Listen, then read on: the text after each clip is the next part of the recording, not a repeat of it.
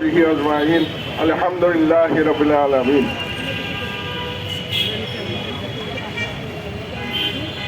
আজকের এই আগ্রাসন বিরোধী সংগঠনের সভাপতি, উপস্থিত নেতৃবৃন্দ, সচিববৃন্দ, আমার প্রাণ প্রিয় সাংবাদিক বৃন্দ, আসসালামু আলাইকুম ওয়া রাহমাতুল্লাহ।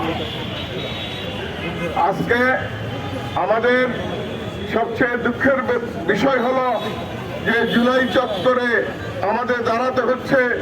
আমাদের ভাইয়েরা, আমাদের বন্ধুরা, আমাদের ছেলেরা জুলাই চত্বরে দাঁড়িয়ে এখনো তারা চিৎকার করে হাদির বিচার চাইতে হচ্ছে তাদেরকে।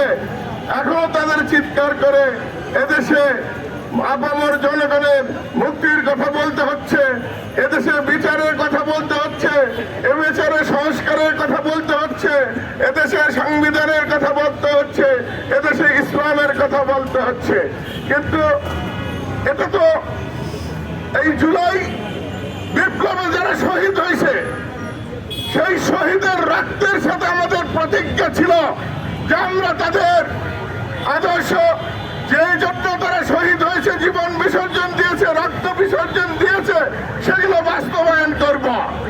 বর্তমানে ইন্টারিম সরকার কি করছে আপনারা দেখতে পাচ্ছেন। জুলাই বিপ্লবের একটি শহীদেরও বিচার তারা করতে পারেনি।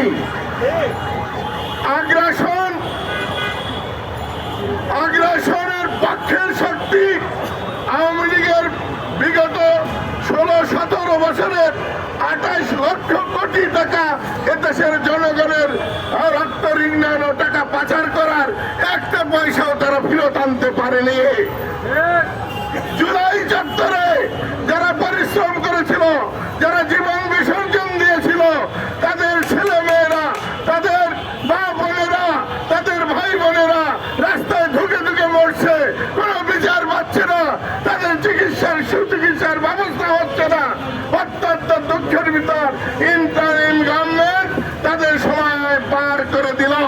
আবার আরেকটি সরকার আসার পায়ে তারা হচ্ছে। আমরা জানি না বিচার হবে কিনা। জুলাই বিপ্লবের যারা আদর্শ ছিল তাদের বিপ্লব অসম্পূর্ণ রয়ে গেছে।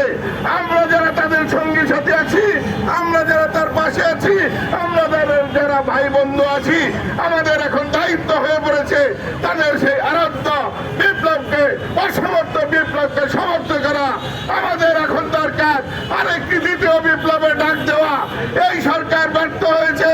এই দেশের নেতৃবৃন্দ, জামাতগণ, আওয়ামী লীগগণ, বিএনপিগণ, তারা জুলাই সনদের বাস্তবায়নে ব্যর্থ হয়েছে।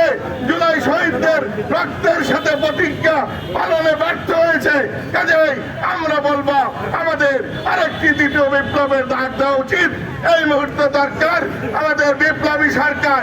এই বিপ্লবী সরকার এসেই দেশের সমস্যার সমাধান করবে, জুলাই বিপ্লবের বাকি কাজগুলো সমাপ্ত করবে।